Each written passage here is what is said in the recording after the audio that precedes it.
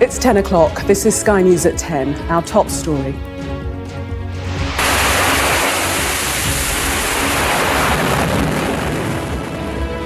Red alert in the Red Sea. The US and UK launch airstrikes to protect shipping against Houthi attacks.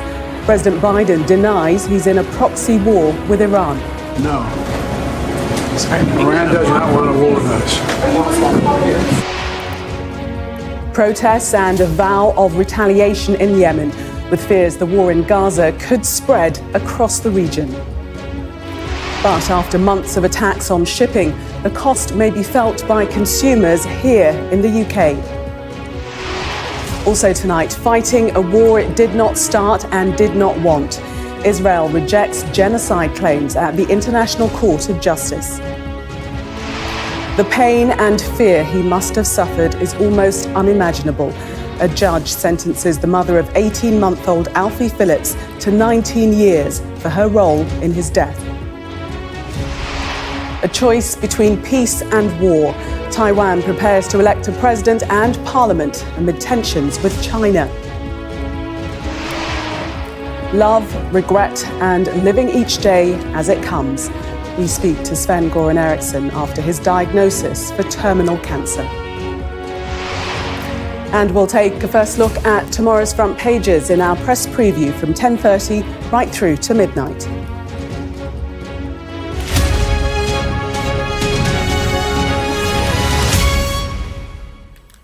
Good evening.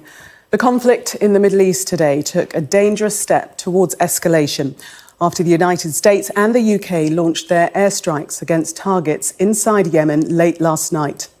They were designed to degrade the ability of Houthi rebels inside the country to launch attacks against shipping in the Red Sea.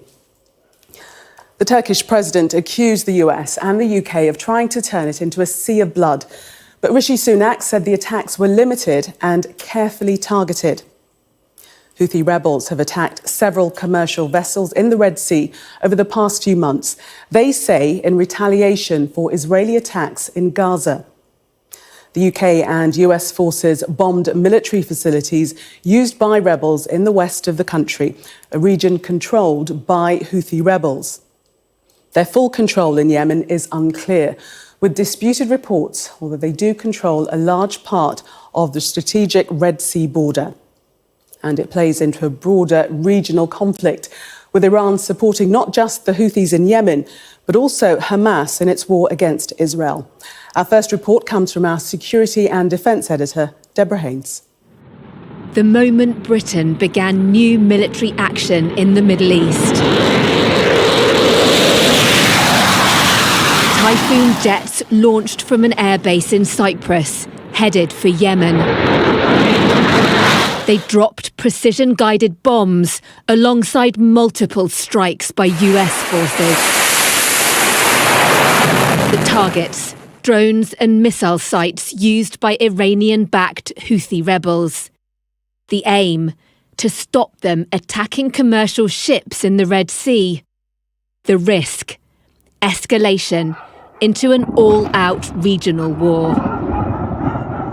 Britain's Prime Minister, on a visit to Ukraine, said Houthi attacks had threatened commercial shipping and even a Royal Navy destroyer. It's why I made the decision with allies to take what I believe to be necessary, proportionate and targeted action against military targets to degrade and disrupt Houthi capability. Initial indications are that those strikes have been successful. US President Joe Biden signalled he was ready to launch another wave of attacks, warning, "I will not hesitate to direct further measures to protect our people and the free flow of international commerce as necessary." But rather than subdue it, support for the Houthis only seemed to swell. Death to America, death to Israel, protesters chanted in the Yemeni capital. They paraded large Palestinian flags in solidarity with another flashpoint, the war in Gaza. Despite the threat of more strikes, a Houthi spokesperson remained defiant. The Yemeni armed forces will not hesitate to target the sources of the threat, along with all the aggressive targets in land and at sea in defence of Yemen, its sovereignty and independence. The Prime Minister on Monday will explain to MPs his justifications for launching military action. But while the UK says it's all about deterring the threat to shipping in the Red Sea, the Houthis have framed their attacks as a protest to Israel's war in Gaza. It makes the crisis far trickier to navigate, given the growing opposition to that conflict. Traditional US and UK partners in the region, Saudi Arabia, Oman, Jordan, Turkey, have over the past 24 hours been rather critical of what they see as US and British escalation in Yemen, because they are, on the one hand, concerned about the possibility that this could escalate into a further regional conflict, but also because they see it as politically tied to the war in Gaza. The US and Britain surged firepower into the region after Hamas in Gaza attacked Israel last year, igniting the crisis. The intent was to stop that violence from spreading amid meddling by Iran. The Allies will have known targeting Yemen was high risk, but they clearly calculated doing nothing would have been even more dangerous. Deborah Haynes, Sky News. Well, tonight, President Biden denied he was in a proxy war with Iran, saying Iran does not want a war with us. Our Middle East correspondent, Alistair Bunkle, has been joining the dots between the Houthi attacks, Tehran and the war in Gaza. The moment that Houthi fighters landed on board a tanker in the Red Sea in November with this slick video to go with it, it was clear that the group was not going to sit by and watch the war in Gaza without a response. This was an opportunity for them to become an influential player in a regional crisis, and they have been taking advantage of that ever since. Today there were demonstrations in the Iranian capital, Tehran, with chants and banners saying death to America and Britain. The Houthis are backed by Iran, as are Hamas and Hezbollah. Those attacks are attacks of aggression. They don't have the right to make the decision on their own to attack a country. Today, Yemen has risen up to defend Palestine. Persian Gulf and Arab countries must wake up. The Houthis have proven themselves resilient in the past, and last night's airstrikes are unlikely to stop their attacks in the Red Sea. For years, Saudi Arabia fought a war with the Houthis across its border in Yemen, but failed to defeat them. But in the past, the Houthis have fired missiles and hit targets in Saudi Arabia and the UAE, and both countries will now be very nervous that they could do something like that again if things continue and escalate. Definitely there is a concern in Saudi Arabia with if this continues, that this can basically put them back to square one and bring the conflict back to their front lines. The attacks by the Houthis in the Red Sea and last night's airstrikes are a sign, yet again, of how the war in Gaza has spread through the Middle East. And the fact that the US and the UK have had to resort to military action is an indication that their attempts to try and contain the conflict through diplomacy have failed. As long as the war in Gaza continues, Iran will leverage its proxies to spread the conflict in the hope of putting pressure on Israel and its allies. The Houthis will likely relish an extended conflict with the United States because they can then claim that they are the ones standing up to America. And so the risk of mission creep and the UK being dragged further in is now high. Alistair Bunkle, Sky News, in Jerusalem. Our business correspondent Paul Kelso has been looking at how the attacks on shipping in the Straits of the Red Sea risk heightening the financial straits of consumers here in the UK.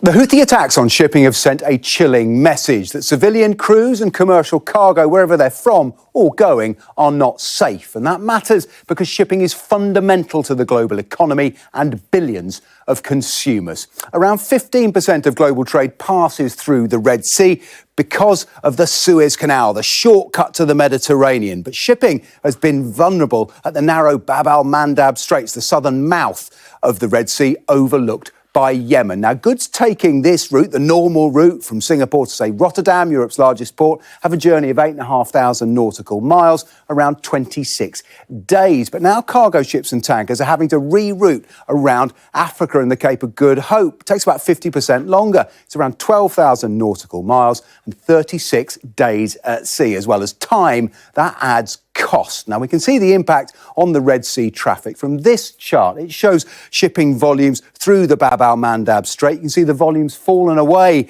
in the last month. It's well below last year's average after the attacks increased. And as a result, costs are rising. This is an index of container costs to European ports. Now, it's up 300% in the last month, but worth noting, prices are still much lower than 2 years ago. Now, that partly reflects lower demand in the global economy and supply chains perhaps in better shape than immediately after COVID. But industry is feeling effects. Tesla and Volvo announced pauses at their European production lines, and retail, construction and supermarket bosses here have warned that prolonged disruption could impact prices and availability.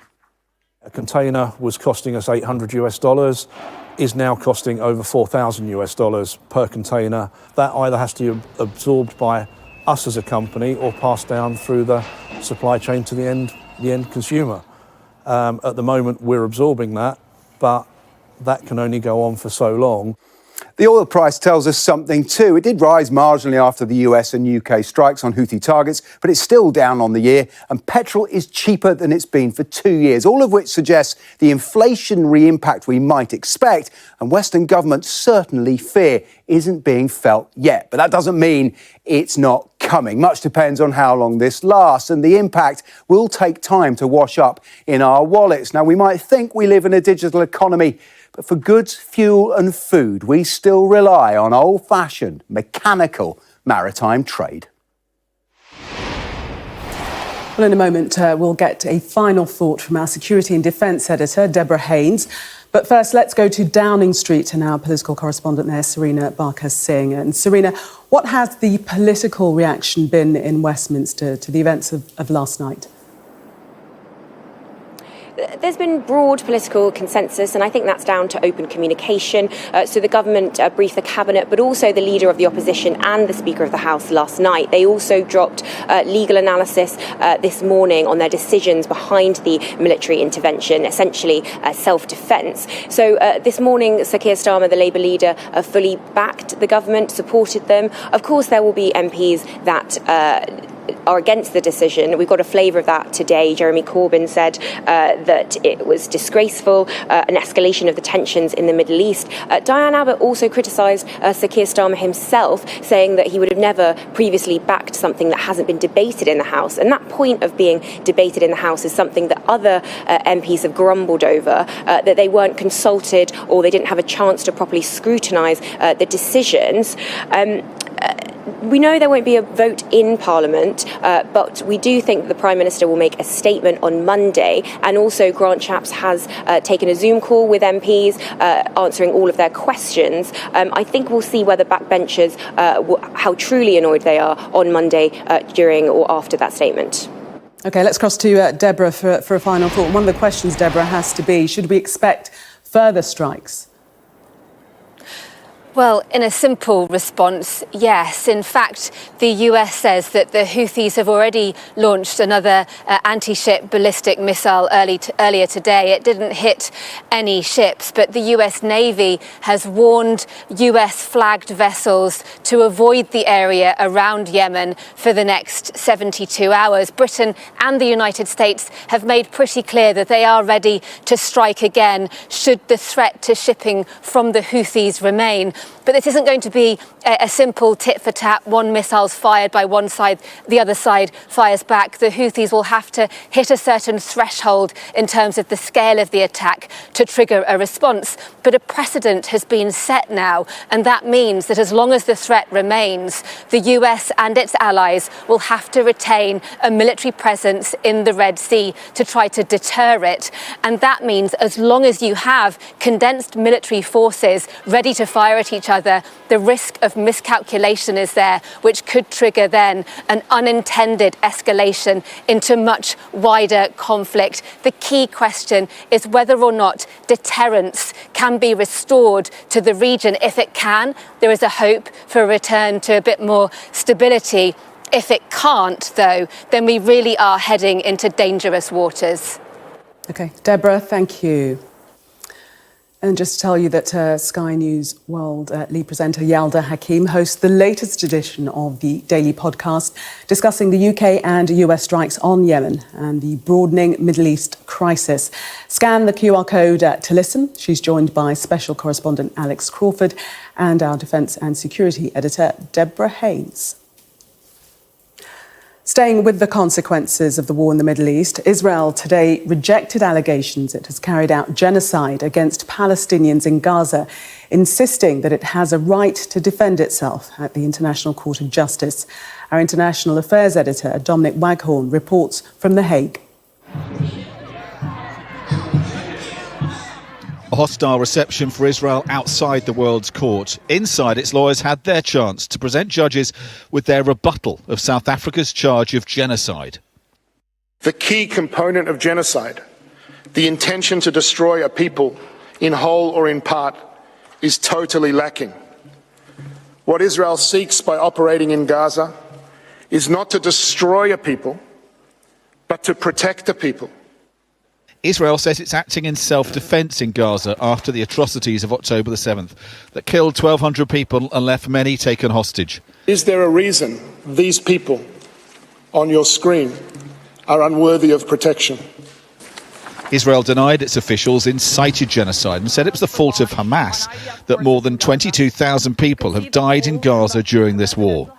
Here, you can see projectiles discovered underneath a bed in a child's bedroom. Israel's advocates told the court it would be astonishing if judges were to issue a provisional ruling ordering it to end its war in Gaza, but letting Hamas carry on with attacks it says it's planning to launch. Israel says the case against it is a libel designed to deprive it of its right to protect itself.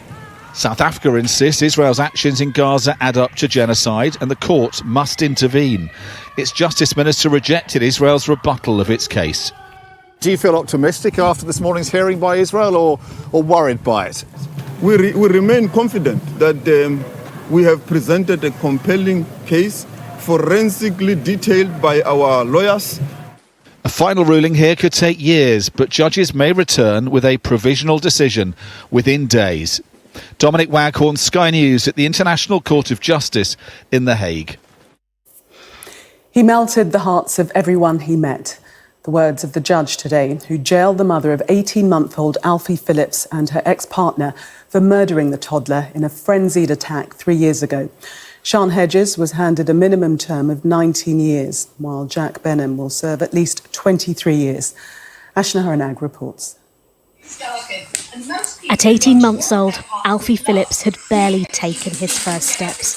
His mother, seen in this video watching over him, has now been sentenced for his murder. Sian Hedges and her former boyfriend, Jack Benham, unleashed a drug and alcohol-fuelled night of violence and extreme brutality on little Alfie during lockdown in November 2020. He suffered more than 50 injuries, including fractured ribs and arms, with traces of cocaine found in his body. The cumulative effects of these vicious and brutal assaults resulted in his death.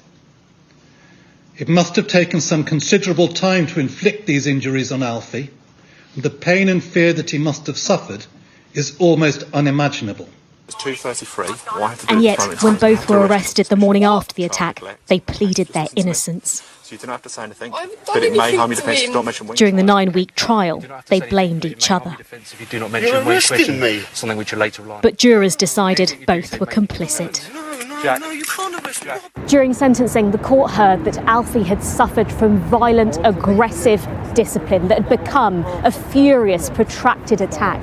The court also heard that both Benham and Hedges had been involved, encouraging and assisting each other in taking Alfie's life. And processing it. Alfie's father, Sam Phillips, listened to the evidence in court in horror. I couldn't be there to stop it or try and help him, and that's what does hurt the most. He was completely unaware of what his son had been subjected to. He was the little sweetest, blonde-headed, blue-eyed little boy you could imagine. Up to no good all the time, being Alfie, but he was a little boy growing up. It was horrific, and it's been a long, lengthy trial, and it's taken a long time. But we're here now. Alfie can finally be free. But his killers will not. Benham has been sentenced for a minimum term of 23 years and Hedges for at least 19. The pair deprived Alfie of protection and love. Instead, his life with them was filled with unfathomable pain, for which they will now face a lifetime behind bars. Ashton Harinag, Sky News in Maidstone. Rishi Sunak has said the UK's support for Ukraine will not falter as he announced Britain will supply £2.5 billion of military funding in the next financial year. The Prime Minister travelled to Kiev to meet President Zelensky and announced the extra funding for long-range strike and sea drones. The two leaders also signed a new security agreement committing the UK to provide swift and sustained assistance if Ukraine is ever attacked by Russia again. The first female DJ on BBC Radio 1, Annie Nightingale, has died at the age of 83. Hailed as a trailblazer, she was the station's longest-serving presenter. Her family said she passed away peacefully yesterday at her home after a short illness. Voters in Taiwan are preparing to choose a new president and parliament in an election dominated by tensions with China. Tonight, the White House said it would be unacceptable for any nation to interfere with democracy as Beijing ramped up pressure on Taipei, describing the elections as a choice between war and peace. From Taiwan, Sky's Asia correspondent Helen Ann Smith sent this report. There is a pride and a patriotism here. Excitement and emotion too.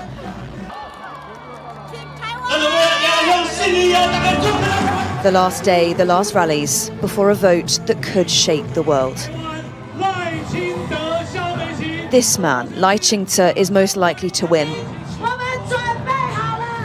His DPP party, born from a protest movement, now stands squarely behind one key message, and they are in no doubt as to what the threat is. China has been wanting to either take over Taiwan, but we are a country, we are a sovereign. Of course, China sees these people as separatists and this self-governing island as its own. Mr. Lai, with his pro-independence background, would be a provocative choice.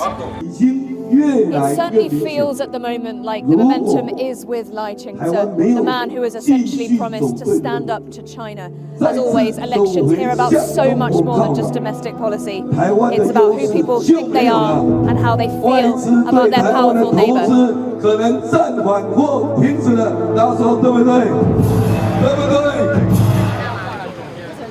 The context weighs heavy on voters here. China has called this election a choice between war and peace. And this man, the leader of the opposition KMT party, agrees. He wants to talk more to China. His supporters want to talk about peace. I feel like the DPP is causing chaos, she says. It seems that they want the mainland to attack us. But he's been accused of naivety and lacking a long-term plan. In your opinion, can the status quo last forever? The current situation under the DPP is no longer the status quo. It's shifted. We are on the brink of war. But there is a major concern around election interference. Videos like this, falsely claiming that Lai Ching-te is having extramarital affairs. At this small firm, they monitor such disinformation and, crucially, where it's coming from. So you can confidently say you think that's come from China? Well, at least from a Chinese person. Foreign actors, they have almost unlimited resource and they have a clear goal. There is a third force in this race, a new party that the young are lining up to support. It could yet disrupt things. Taiwan is one of Asia's most progressive places. Its politics is some of the most high stakes. Helen Ann Smith, Sky News in Taiwan. A lawyer for the Post Office has acknowledged what he described as the profound mistrust in many quarters following further disclosure of documents at the public inquiry. Sky's business correspondent Adele Robinson reports. For those new to the inquiry, they may rapidly find the issues that we're going to discuss in a moment rather dry. Intensely technical, often bland, but entirely significant for uncovering the truth in the Post Office inquiry. The disclosure of documents is the lifeblood of the inquiry. Lawyer for the Post Office, Chris Jackson, admitted providing important documents hasn't been good enough and apologised for delays. This information, this run of correspondence, is rather chaotic.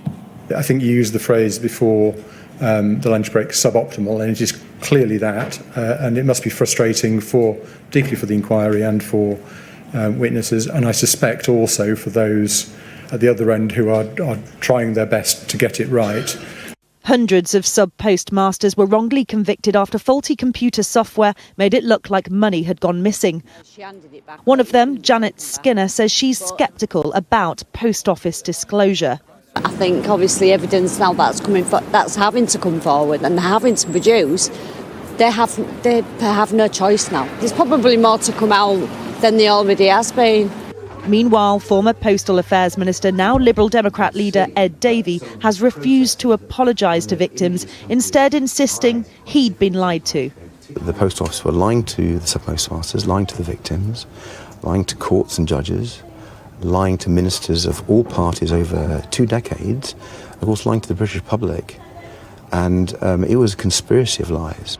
In response, the Post Office say they're doing all they can to provide redress, including assisting proceedings. Lost emails, last-minute disclosures, alleged deletion of documents going back years, a series of apparent failings by the Post Office in providing evidence to the inquiry, leading to accusations it's tried to frustrate or slow down the process here. But legal commentator Graham Zellick says the task of sifting through evidence is mammoth. I don't underestimate the nature of the task that the Post Office is having to do. Clearly, they haven't done it as well as they should have done. It is fairly clear that they are now doing everything they can. Next week, more scrutiny and many more days of the inquiry to come, as victims insist the truth has already taken too long. Adele Robinson, Sky News. Former England manager Sven-Goran Eriksson has spoken to Sky News about the shock of his terminal cancer diagnosis. He led the Three Lions to 3 consecutive major tournament quarterfinals, but admits he does regret not lifting a trophy with the men's team. He says he's taking each day as it comes. Sadia Chowdhury reports. As England manager, he publicly dealt with tough results with the nation by his side. Now Sven-Goran Eriksson faces a result of the most personal nature. He told Sky News how he went from being fully fit one day to living with cancer the next. You have to learn, you have to stop thinking about it and try to live the days you have, the month, the year, whatever it is. The 75-year-old says doctors think he has at best a year to live. He's had to learn the difference between plans. I hope maybe to go to England and see England-Brazil in March. And dreams. I always wished to be the manager of Liverpool, and that will not happen, for sure. Eriksson coached the so-called golden generation of footballers in the England men's team between 2001 and 2006. He led England to 3 consecutive quarter-finals at major tournaments. It was his coaching behind this 5-1 win over Germany in September 2001. We didn't achieve what we could have done, and especially 2006, I think, in the World Cup in Germany. a man who lived a high-pressured life. Now Sven-Goran Eriksson says he hopes to wake up each day and simply be rather healthy. Sadia Chowdhury, Sky News. Well, that was Sky News at 10. Coming up, we'll take a first look at tomorrow's newspapers in the press preview with me, PR consultant Alex Dean, and the columnist in The Guardian, Zoe Williams. Amongst the stories we'll be discussing, this on the front of the eye. Their headline, Cameron played key role in UK bombing Yemen rebels. We'll be right back with that story and others. Do stay with us.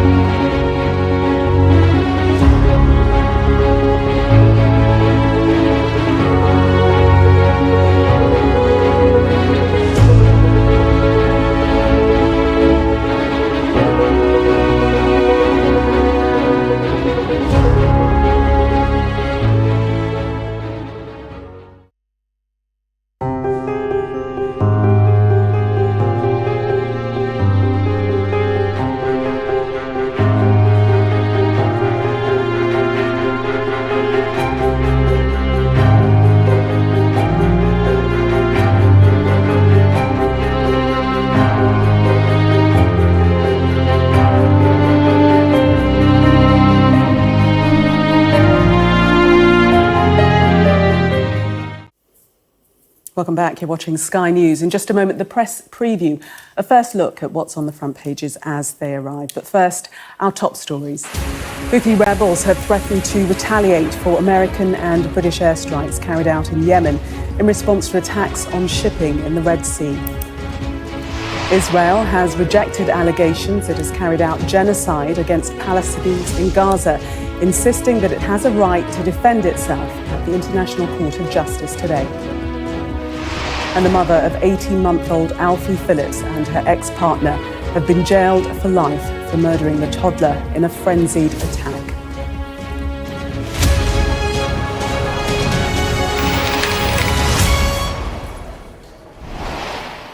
You are watching the press preview, a first look at what's on the front pages as they arrive.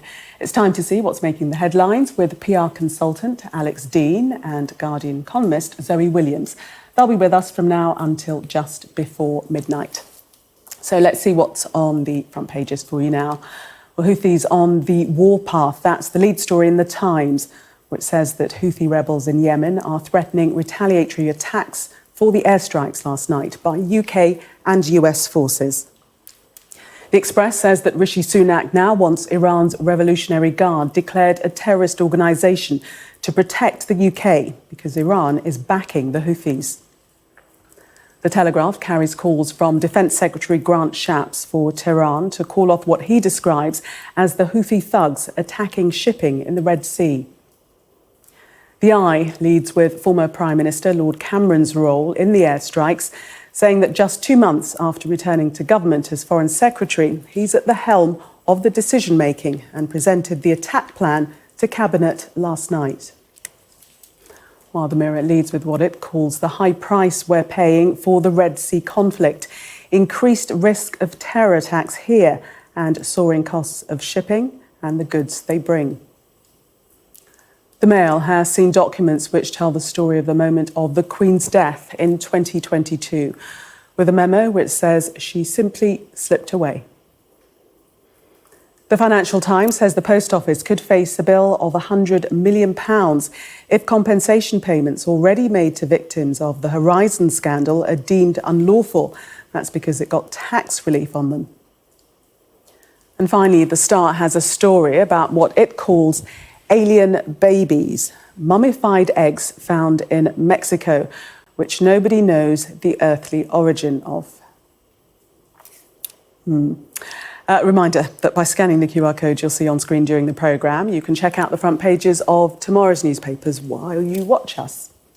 And we are joined tonight by PR consultant Alex Dean and The Guardian's Zoe Williams. Welcome to you both. Happy New Year. Happy New Year. This year.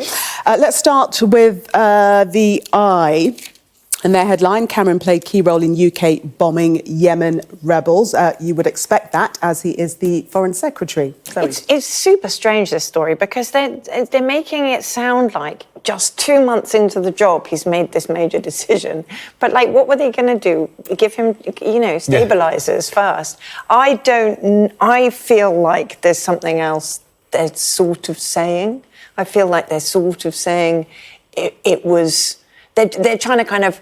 it's a reassuring story that it wasn't just a US decision which the Sunak administration was bounced into.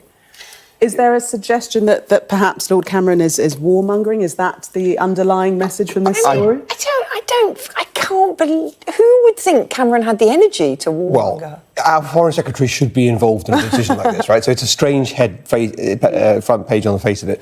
But whilst it's a new current conflict, it's not a new issue. It's a relatively long-standing problem in the region. And interestingly, if this is what the Eye is getting at, let's be generous to them. If this is what the Eye is getting at, when they had their September revolution to its fans, or the uprising Houthi takeover to its critics, was when Cameron was Prime Minister in 2014. So he's actually been round this block before. And I imagine this issue has crossed his desk before. I actually don't think that's what they're getting at here. I think they're saying, we don't like David Cameron, he's involved in this action. But you don't seriously think that I don't even think they're implying that he kind of decided it on behalf of Sunak. No, but... Or are they suggesting that he is taking the lead because he has been Prime Minister before and he's had experience with this region? But either the Foreign Secretary or the Defence Secretary would. So I just think it's a bit of a non-story. You're not going to give it to Grant Shapps, are you? No, and it's, the Prime Minister doesn't take this to the Cabinet himself because ultimately he's going to preside over a discussion on it. Yeah. It's always the Foreign Secretary or the Defence Secretary who does. And to my mind, this action is richly warranted, not least because of the conversations your colleagues have been covering about the impact on civil and commercial shipping in this environment. So completely against international law to use in international waters weapons of military capability against civilian and commercial ships. And so the countries that have taken this action, it seems to me, have done the right thing, whether it was David Cameron who told them to or not. Yeah, also looking at they're quoting an ex-military chief and fears of an escalation. Well, I mean, anybody who isn't worried about an escalation is crazy, frankly. But like whatever, obviously international law is actually pretty clear on threats to shipping. Yeah. But equally, the intense care and many would argue over caution around the Israel-Gaza conflict and the fact that Biden's sort of calling for restraint while at the same time as supporting it, all of that has partly been informed by a desire not to see an escalation. And this is making escalation more rather than less likely. And of course, escalation can mean different things. It can mean more violence, or it can mean more participants in that violence. Well, yeah, but the more participants you have, the more violence there tends to be. Oh, no, I'm not necessarily saying those things are good. I'm saying that it can mean more than one thing. And interestingly, of course, whilst Britain and America have taken part in this action, countries like Italy and France thus far have not. And part of the reason for that is that, of course, Yemen is still a sovereign country. Yeah. The clue's in the name. Houthi rebels are not the official government in Yemen. The party we haven't heard from yet in this conflict is the official government of Yemen. Right? And if they say, please help us against the Houthi rebels, now you understand, the international community, what we're dealing with. Now you understand the challenges we're facing. Come and help us.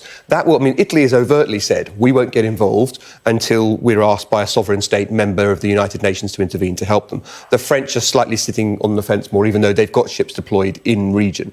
Right? But you can see more participants becoming involved quite quickly if the Yemeni government asks them to. The Times looking a bit more at the detail of the attack, and the fact here that the cabinet weren't privy to the actual timing of the strike, although there was that meeting, that call, cabinet call with Rishi Sunak and Lord Cameron.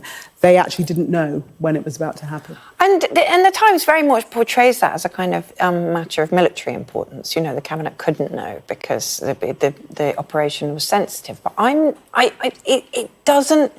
it strikes me as extremely surprising that there was so little advance notice to the cabinet and so little advance notice to Parliament. Actually, there's a discussion around whether it should have gone to a vote before it happened. I am agnostic on that because I think Labour probably would have voted with them anyway.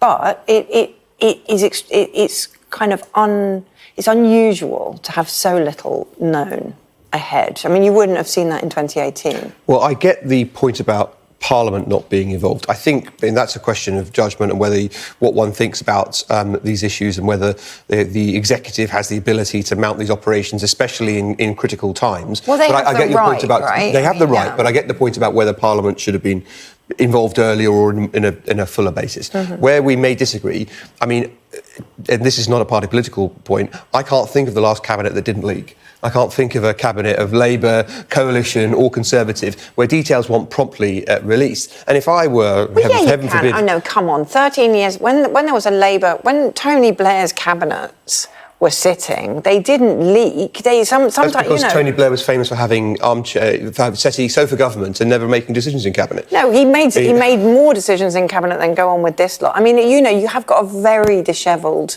political class at the moment, and I agree with you that it is as leaky as a sieve. But I'm not going to take that's politics for you. That is one of the reasons for not going to Parliament prior to the decision being taken would be timing. One, timing, and two, not wanting to warn your enemies. There's a very narrow band of activity in which it is honourable to lie to the House of Commons, or at least not to give full disclosure. Yeah. And one of them is when you have troops in theatre about to take part in action. And whilst a Secretary of State didn't have to tell a lie, they weren't present to disclose what was going on because the operation was going to happen very quickly and Parliament wasn't told in enough time to have a discussion or a debate about it. And that seems to me, with an action like this, actually to be sensible. But I get that people would disagree. Let's turn to the Telegraph and Grant Shapps, the Defence Secretary, ordering Tehran to call off Houthi thugs. That's his warning. Patience is running out. I mean, the thing is, I'm surprised that Shapps is being quite so pugnacious on this because the US are being much, much more tactful about the links between Iran and the Houthi rebels. They're really, really trying not to make explicit whether or not... Although President Biden has said this evening, in fact, that Iran does not want a war with the US. Well, yeah, no. But I mean, he said that administration has said today, or certainly according to the Telegraph, would have been like the middle of today, that they are not prepared to make an overt connection between Iran and the Houthis. But he has by mentioning He has, and there is. I would say something different to that it's not just that Iran is pulling the strings with the Houthis. This isn't a situation of black and white and goodies and baddies. The Yemeni government in exile, and they control Aden in the south of Yemen, but many of them live in Saudi Arabia, are controlled by the Saudis. So this is a Saudi versus Iran proxy activity being played out, and now one side's got the Americans and the British to do some bombing for them. That's the most cynical interpretation you can have, but there's a bit of truth to that. No, I mean, the American position is they're really cleaving to the line that this is not an attack on Iran. So they have to maintain that separation between Iran and the Houthis. They're really cleaving to it. I think President Biden's overtaken you on this. I think President Biden said that there is a connection and Iran shouldn't want to push it any further. Well, he's also said this is not an attack on Iran, right? Sure. And that has to be the underpinning of all the conversations. And I think Grant Shapps is being a little bit foolhardy. Literally and technically, it isn't an attack on Iran, but it's definitely an attack on Iranian proxy. Well, let's quickly look at the Mirror and the toll on the economy, the high price of the conflict and how it will affect, UK population. I mean, there is no such thing as a conflict that doesn't affect the cost of living, right? If it either affects the oil prices, or it affects shipping, or it affects the things you buy from ships, or it's absolutely kind of clear that this isn't going to make anything any cheaper anytime soon. And I think that is a really dispiriting thing, especially since inflation was coming down briefly and now looks like it's going to bounce back up.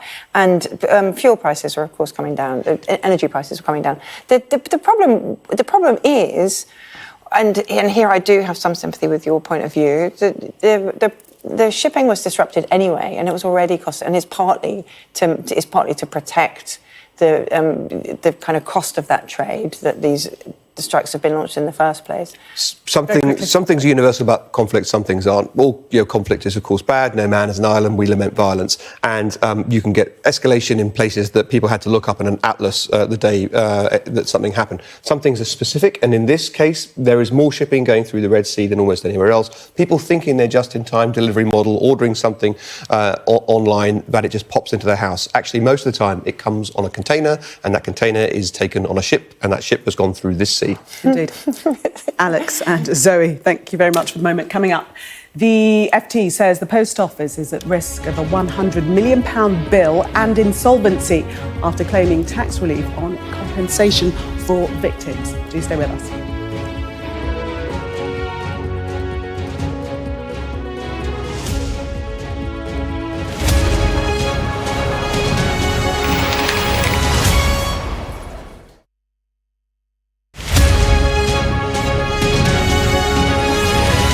I've come all the way from Arkansas. Yeah, you and everybody from that state. And all the other ones, too. Please. I'm desperate. I think it's a very important issue, obviously one that's very topical to so many of us, specifically in the United States, and something that we definitely need to discuss. And what I loved about this short was it didn't do it in a didactic way. It merely showed a lens and a light on something that I felt was heartbreaking and poignant without pointing any fingers. And I feel like a lot of people can take a lot of lessons from it without it being preachy. And I think the great thing about this short is that it really just poses a lot of questions, and it doesn't really necessarily point it in any direction to preach. And I think that that's something that I really strive to do in my career as well, is just to pose a lot of questions. So I was grateful to be a part of it. It's been really amazing to see how many people have commented on it and take it in. I've gotten even some people who have changed their minds, whether it be from one side to the other. And I think that that's really what I set out to do. And I think what the filmmakers really set out to do was just not necessarily change people's minds, but see it from a different perspective. When I read the short, I actually don't think I've ever acted in a short film before. And so I read it, with a little bit of hesitation, not that I wouldn't do it, but just I was like, this better be good. And when I read, there's a twist that happens that I will not give away, and it viscerally spoke to me. It went through my entire body, and I talked to her right away, and I said, "You are so talented, and I need to be a part of this without question." So I respected her talent, and I knew exactly what she was set out to do, which I think is really a marking of a great director. I think it's going to be a very heated debate, yes, polarizing, but I think something that we do need to speak about. And I think that's what I love about the arts, and I think that's what I love about this short film, is that it is an election year, and I think people will be talking about it, hopefully due to this short.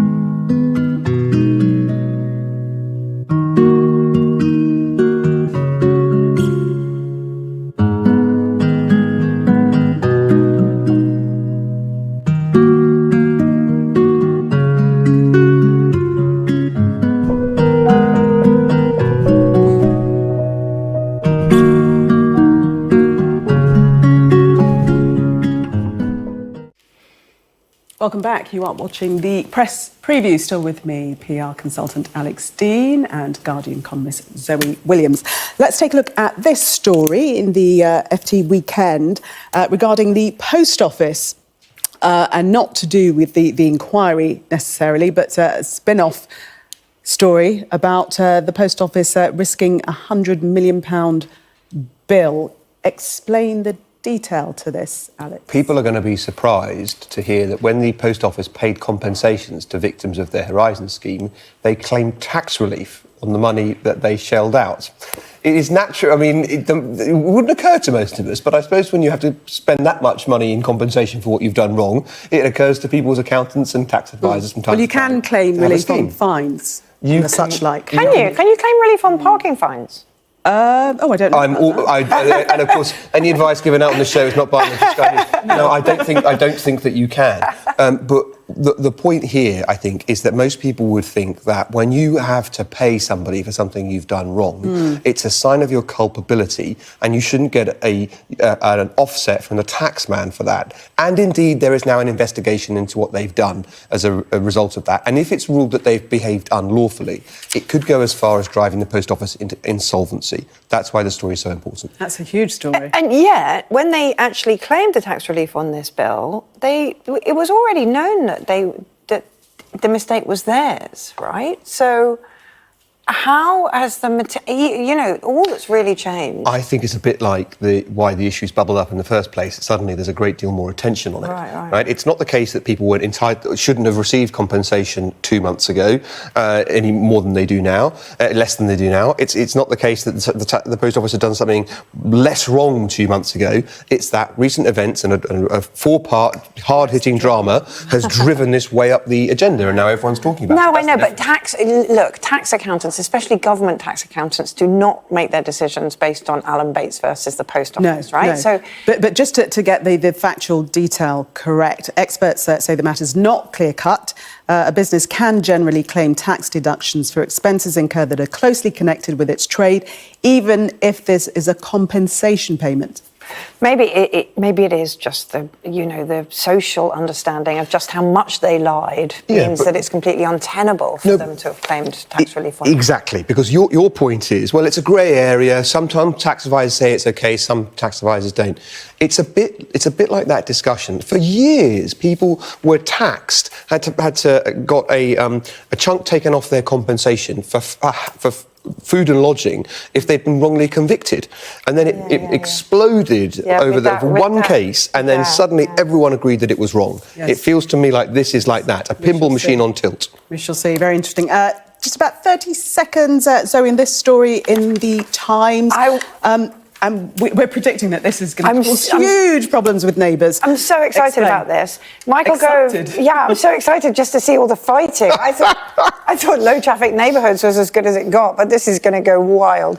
Basically, Michael Gove has said that if you want to put an extension on your house, rather than use existing planning legislation and apply for planning permission, it can be put to referendum in your local community. Because that goes well. And these extensions could be possibly as tall as 7 stories. So you can put a 7-story extension on your house so long as your neighbours agree to it in a referendum. Can't see this ending well. Anyway, we've left it there. Discuss. Alex and Zoe, thank you very much for the moment. Let's take a look at the weather for you now. Warm memories wherever you go. The weather. Sponsored by Qatar Airways. Well, the weather turns much colder from the north this weekend, bringing a chance of significant snow and ice. Most places will be cloudy to start Saturday morning, with overnight frost and freezing fog patches forming in clear spells. There'll be a few showers in the north, with strong winds across north-east Scotland. Some bright or sunny spells will develop through the day, but for many it stays cold and cloudy. Bands of scattered showers will push southwards, mainly affecting northern Scotland, Northern Ireland and northwest England, and later moving into Ireland and North Wales. The showers will be increasingly wintry in the north as the winds turn northerly and strengthen, introducing much colder Arctic air and a risk of gales to the far northeast. The weather. Sponsored by Qatar Airways.